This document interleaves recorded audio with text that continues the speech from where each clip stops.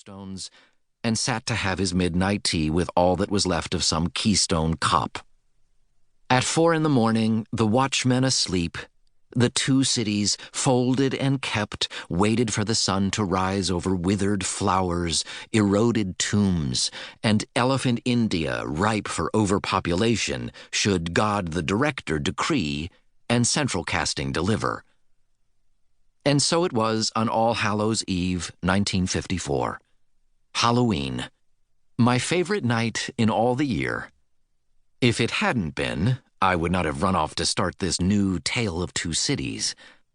How could I resist when a cold chisel hammered out an invitation? How could I not kneel, take a deep breath, and blow away the marble dust? Chapter 2. The first to arrive. I had come into the studio at 7 o'clock that Halloween morning. The last to leave. It was almost 10 o'clock, and I was making my final walk-around of the night, drinking in the simple but incredible fact that at last I worked in a place where everything was clearly defined. Here there were absolutely sharp beginnings and ends that were neat and irreversible. Outside, beyond the stages, I didn't much trust life with its dreadful surprises and ramshackle plots. Here, walking among the alleys just at dawn or twilight, I could imagine I opened the studio and shut it down. It belonged to me because I said it was so. So I paced out a territory that was half a mile wide and a mile deep, among 14 sound stages and 10 outdoor sets. A victim of my own romance and infatuated madness over films that controlled life when it ran out of control beyond the Spanish wrought-iron front gates. It was late, but a lot of films had fixed their schedules to end on All Hallows Eve so that the wrap parties, the farewell binges, would coincide on various sets. From 3 sound stages, with their gigantic sliding doors thrown wide, came big band music, laughter, explosions of champagne corks, and singing. Inside, mobs in film costumes greeted mobs from outside in Halloween garb. I entered nowhere, content to smile or laugh as I passed.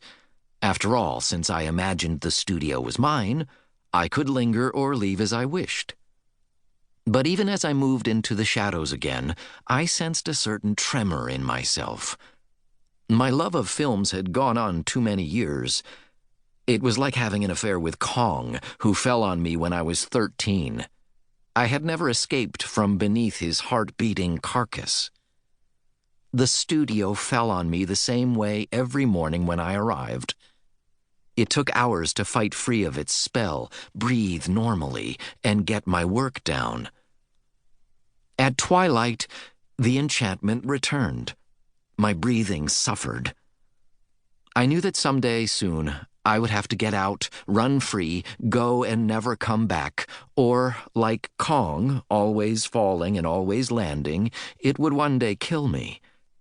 I passed a final stage where a last burst of hilarity and percussive jazz shook the walls.